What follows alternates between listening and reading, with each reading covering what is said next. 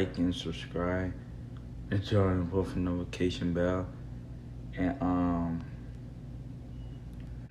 I'm trying to do this like screen record, like reaction. Trust me, I'm trying to like get into it. So yeah, don't even worry about it. Animation, true story, McDonald's horror story. That's what we watching right now. So that's all about animation and all that. So I hope y'all enjoyed the video and try not to get scared. It is an animation, so yeah, pretty much. Here we go.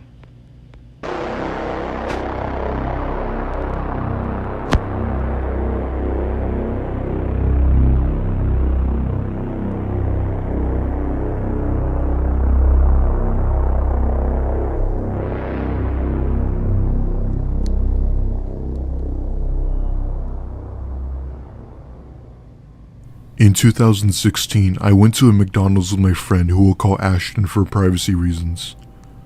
On this night, we had just seen a movie with his girlfriend, and after the movie, we all got hungry, so we decided to hit up our local McDonald's to go grab a bite.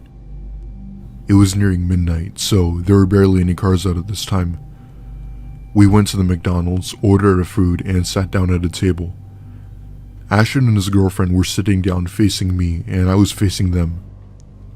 As we were eating, I see a middle-aged man sitting about 2 tables across from us with a little boy that looked to be about 7 or 8. The thing I remember most vividly about the boy was the extremely empty, pale look on his face. On top of that, he wasn't even eating. He kind of just sat there watching what I assumed to be his dad. At one point, the guy gets up and grabs the boy's hand, and eventually they come to us. The man starts to ask Ashton if he had any spare cash on him. While he was talking to Ashton, the boy looks at me and stares at me with eyes open wide as possible. I'll admit, it was a bit creepy, but what he said next made me want to puke. "That's not my dad. I've been kidnapped. Please help me." Hold on, wait a minute. By who?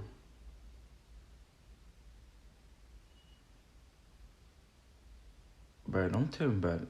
Don't tell he got kidnapped by them. Just don't tell me. Forget it. My blood turned to ice as I heard him say that.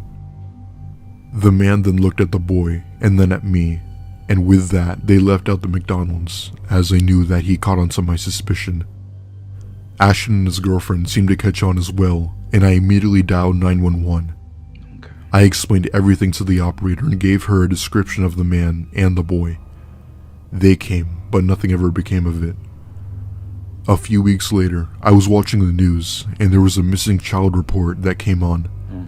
When I saw who the missing child was, I nearly screamed. Wait a minute. Look at this boy, Nick. Oh my God. This Nick look like a piece of burrito. Like wrapped up. Oh my God. It was the same kid at the McDonald's. They unfortunately found his body by a canal not far from my house, and at that point, I knew that the man had something to do with this. Apparently, he had been missing for well over 6 months, and police have been searching for him ever since the day he'd gone missing. They aren't sure as to how he died, but the news said that he had died due to dehydration, which I found very false. Ever since that day, I feel so helpless and heartbroken for that boy. There are truly some messed up people in this world that do horrible things. I hope you could use my story to create awareness as to how these things happen all too often, and how you could take action to help make the world a better place.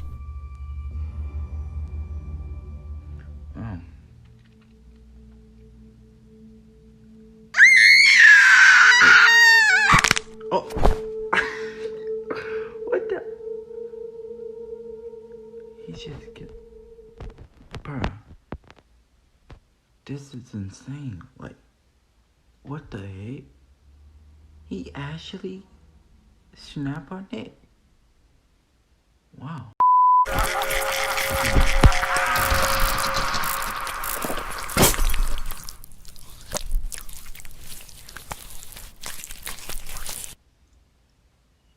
When I was just a little kid, I was never scared of clowns.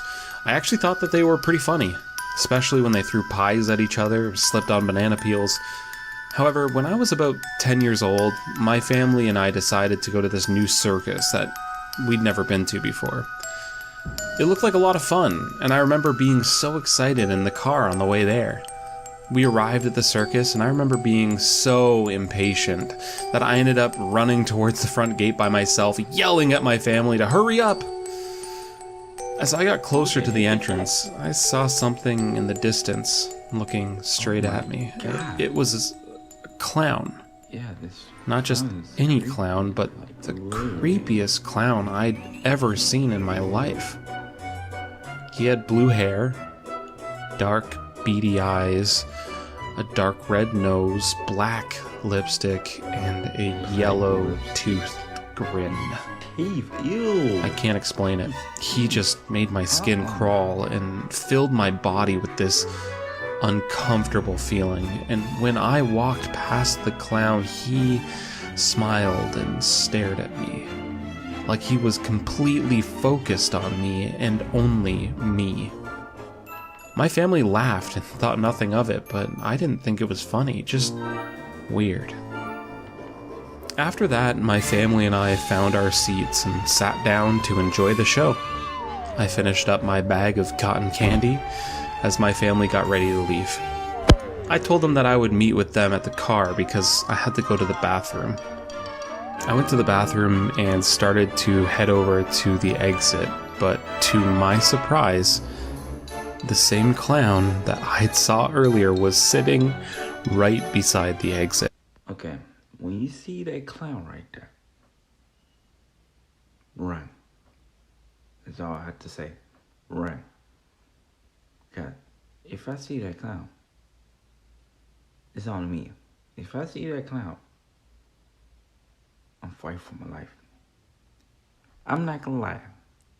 I never seen a clown before. But I heard a clown before, like a long time ago, like a year ago. Y'all know when October or something, and you heard like the news, the clown.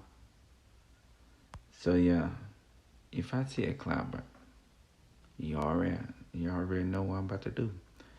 So yeah, pretty much. As I walked up to the exit, the clown leaped in front of me and shouted a line at me that I will never forget. He said, "You're very special, my boy, and I will be seeing you again very soon." He then started to laugh hysterically as I hurried out the exit and back into the parking lot. I met up with my mom and dad and jumped in the car. I was just thankful to be heading back home. I went to bed that night, still thinking about what that clown had said to me as I left. What did he mean by he'll be seeing me again very soon? I tried to push the anxious thoughts out of my mind and forget about the whole thing as I started to doze off.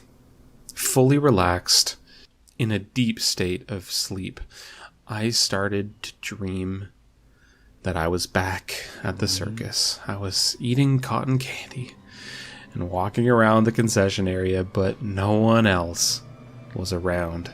The lights were dim, like they were on, but not all the way. I felt alone and scared as I looked for my family, but they were nowhere to be found. Then out of the shadows, behind the balloon stand, a figure slowly emerged and walked towards me. It was the clown, smiling at me and giggling to himself as he came closer.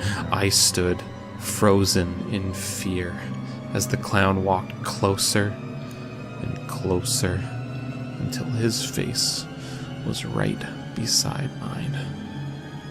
Then he stared deep into my eyes and put his hands on my shoulders and said, Are you looking for your parents, special boy? Yeah. I'm definitely killing him. Because if he get in my face like that,